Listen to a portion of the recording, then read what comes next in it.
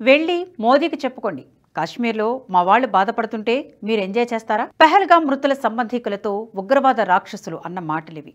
అంతేకాదు కల్మా చదవమని బలవంతం పెట్టారని, తెలియదని చెప్పడంతో కాల్చేశారని కూడా మృతుల బంధువులు చెప్పిన విషయాన్ని మనం చూస్తూనే ఉన్నాం. అత్యంత దారుణమైన విషయం ఏంటంటే, మతాన్ని నిర్ధారించుకునేందుకు ప్యాంటును కూడా విప్పి హేయంగా ప్రవర్తించిన సంఘటనలను బాధితుల నోటి వెంట విన్నాం. దీనికి సంబంధించిన అనేక వీడియోలు వైరల్ అవుతున్నాయి. అంతేకాదు ప్రాణాలతో బయటపడిన పర్యాటకులు మీడియా ముందు ఒళ్ళు గగురు పొడిచే అనేక విషయాలను వెల్లడించారు. బొట్టు తుడిచేసుకున్నామని, భయం నుంచి బయటపడేందుకు దేవుణ్ణి కూడా స్మరించుకోలేకపోయామన్నారు. హిందూ దేవుళ్లను స్మరిస్తే ఉగ్రవాదులు ఎక్కడ చంపేస్తారోనని భయపడి అల్లాహు అక్బర్ అని అనుకుంటూ అక్కడి నుంచి బయటపడ్డామని విశాఖపట్నానికి చెందిన ఓ బాధితురాలు మీడియా ముందు గోడు వెళ్లబోసుకున్నారు.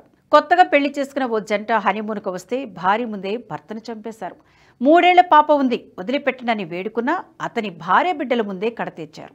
కుటుంబ సమేతంగా కశ్మీర్ వచ్చిన ఓ మహిళ తన భర్త చేయి పట్టుకుని నడుస్తుండగానే "నువ్వు హిందువా?" అని అడిగి మరీ కాల్చేశారు.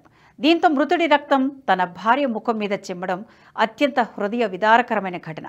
ఇలా ఒక్కొక్కరిది ఒక్కొక్క నీటి గాథ.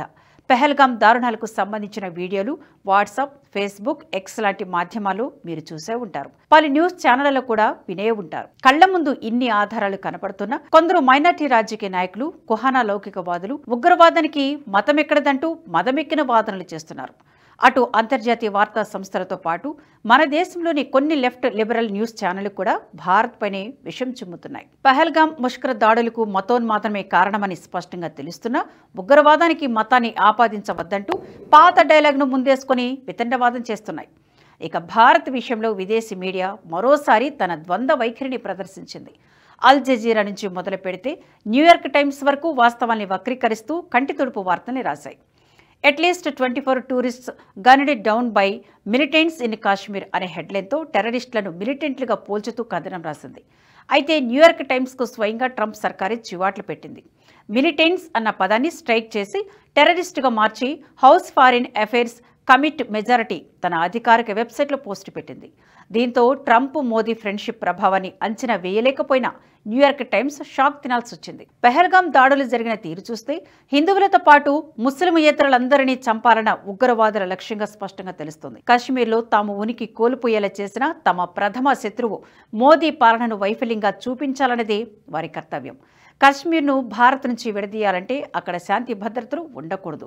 కాశ్మీరీ ప్రజలకు ఉపాధి అవకాశాలు లేనప్పుడు వారు మళ్లీ ఉగ్రవాదంలో కలుస్తారు. పర్యాటకం ద్వారా వచ్చే ప్రధాన ఆదాయాన్ని దెబ్బతీస్తే కాశ్మీరీలలో అత్యధికులకు జీవనోపాధి పోతుంది. కాబట్టి వాళ్లు మళ్లీ రాళ్లు రువే ఉద్యోగాలు చేపడతారు. ఇవన్నీ పాకిస్తాన్ ప్రేరేపిత ప్రధాన లక్ష్యాలుగా కనిపించాయి.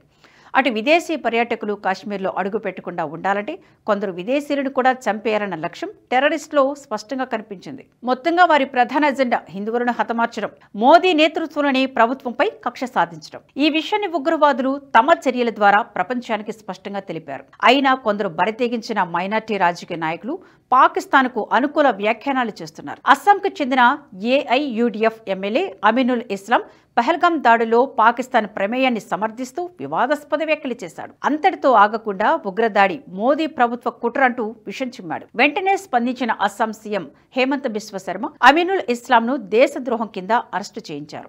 పహల్గాం దాడుల ద్వారా ఉగ్రవాదానికి కూడా మతం ఉందన్న వాస్తవాన్ని ఉగ్రమూకల ఆధారాలతో సహా స్పష్టం చేసిన సెక్యులర్ హిందువులు, ముస్లింలు, కాంగ్రెస్ వాదులు, కమ్యూనిస్టులు, దళిత ముసుక వేసుకున్న క్రైస్తవులు, ఉదారవాదులు మాత్రం ఇందుకు భిన్నంగా ప్రవర్తించారు. ఉగ్రవాదులు కూడా మంచివారేనన్న రేంజ్లో వ్యాఖ్యానాలు చేశారు. కొందరి పైత్యం ఎంతదాకా వెళ్ళిందంటే హిందువులే తమను తాము చంపేసుకుని ఆ నేరాన్ని ఉగ్రవాదుల మీదకు నెట్టేశారని ప్రచారం చేసేందుకు కూడా వెనుకాడలేదు. హిందూ మహిళలే తమ భర్తలను చంపించేశారని కూడా పిచ్చి ప్రేరేపణలు చేశారు. అసలు అక్కడ జరిగింది హిందువులపై దాడి కాదని చెప్పడానికి ఆయాసపడ్డారు. ఇందుకోసం ఓ మహిళతో కూడా మాట్లాడించారు.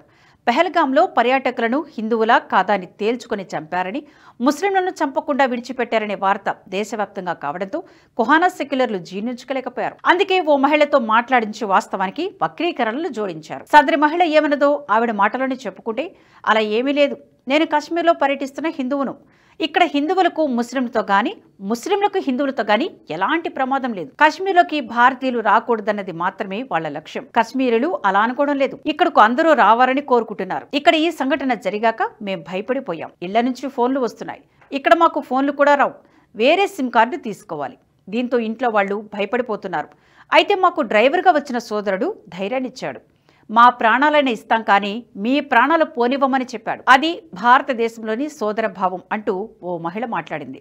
ఈ వీడియోను కుహానా సెక్యులర్ మీడియా ఛానళ్లు పనికట్టుకుని సామాజిక మాధ్యమాలు వైరల్ చేశాయి. పహల్గాంలో జరిగిన దాడి హిందువులను లక్ష్యంగా చేసుకుని జరిగింది కాదని, జాతీయవాద ప్రభుత్వమైన మోదీ సర్కార్ దానిని ముస్లింల దాడులుగా ప్రచారం చేస్తోందని ప్రచారం చేసింది. సీన్ కట్ చేస్తే ఉగ్రవాదులపై సోదర ప్రేమను ఒలకబోసిన ఆ మహిళ ప్రతిపక్ష కాంగ్రెస్ పార్టీ నాయకురాలని తేలింది. ఆమె పేరు పూజా జాదవ్. ఆమె గతంలో శరద్ పవార్కి చెందిన నేషనలిస్ట్ కాంగ్రెస్ పార్టీలో ఉండేది. తర్వాత కాంగ్రెస్ పార్టీలోకి ఫిరాయించింది. 2024 లోక్సభ ఎన్నికలకు ముందు రాహుల్ గాంధీ చేపట్టిన భారత్ జోడో యాత్రలో ఆయనతో కలిసి నడిచింది. అసలు విషయం ఏంటంటే, అసలు పెహల్గాంలో అడుగు కూడా పెట్టని పూజా జాదవ్ వేరే ప్రదేశ్ నుంచి ఒక పర్యాటకురాలిలా వీడియో రికార్డ్ చేసింది. పెహల్గాంలో ముస్లింలంతా గొప్ప సహోదర భావం కలిగిన వారిని, తమకు పూర్తిగా సహకరిస్తున్నారని చెప్పుకొచ్చింది. అసలు పూజా జాదవ్తో ఎవరలా మాట్లాడించారు అన్న విషయం మీద భిన్నాభిప్రాయాలు వ్యక్తమవుతున్నాయి. ఈ వీడియోను ఎవరు రికార్డ్ చేయించారన్నది ప్రస్తుతానికి అప్రస్తుతం అయినప్పటికీ ముస్లింలకు, క్రైస్తవులకు, కాంగ్రెస్, లెఫ్ట్ లిబరల్ శక్తులకు ఆ 2 నిమిషాల వీడియో ఒక ఆయుధంగా మారింది. ఆమె మాట్లాడిన మాటలకు కాంగ్రెస్, కమ్యూనిస్టులు తమ పైత్యాన్ని జోడించి మరీ సోషల్ మీడియాలో రెచ్చిపోతున్నారు. బీజేపీ, ఆర్ఎస్ఎస్ లను మతోన్మాద శక్తులంటూ దుష్ప్రచారం చేస్తున్నారు. హిందువులే లక్ష్యంగా ఇస్లామిక్ ఉగ్రవాదులు దాడులు జరిపారని స్పష్టంగా తెలుస్తున్నా దానిపై విష ప్రచారం చేస్తున్నారు. కాంగ్రెస్, కమ్యూనిస్టులు, కుహానా లౌకికవాదులు చేస్తున్న ఈ దుష్ప్రచారం వల్ల పెహల్గాం మృతుల ఆత్మలు ఘోషిస్తాయనడంలో ఎలాంటి సందేహం లేదు. ఇస్లామిక్ మతోన్మాద ఉగ్రవాద దాడులు తమ ఆప్తులను పోగొట్టుకొని గుండెలవిసేలా విలిపిస్తున్న బాధిత కుటుంబాలు ఈ దుష్ప్రచారాన్ని చూడలేకపోతున్నాయి. ఇంత జరిగిన మైనార్టీల సంతుష్టీకరణ కోసం హిందువుల శవాల మీద రాజకీయాలు చేస్తున్న ఈ దుర్మార్గులను ఎలా అర్థం చేసుకుంటారో